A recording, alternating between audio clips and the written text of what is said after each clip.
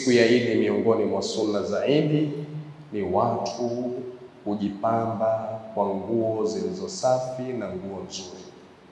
Vaa nguo nzuri, vaa nguo safi. Ni siku muhimu sana, lakini nataka kuambia kitu kimoja na swaha yangu ni kwamba kama uendavyo mbio utaka kuangarisha watoto wako siku ya Idi, usisahau wazazi wako waliokwenda mbio kuungarisha wakati udogo wako. Leo twenda mbio, tunataka kungarisha watoto wetu. Leo tunataka watoto wetu wafanye siku ya Idi kama watoto wengineo, lakini twakumbuka ya kwamba kuna wazazi waliojinyima wakati huo ili na sisi tufanye kama watoto wengine wanavyofanya, ili na sisi tupendeze kama watoto wengine wanavyopendeza.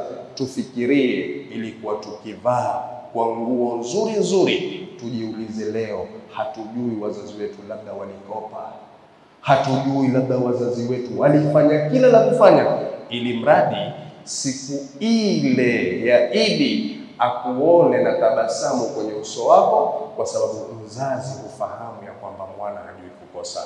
Leo tusimamapo kuwafanyia watoto wetu, tusisahau na kuwafanyia wazazi wetu, na ikiwa wamekwenda mbele za haki, tusisahau kuwapelekea dua, kwa sababu ni jambo muhimu sana hilo.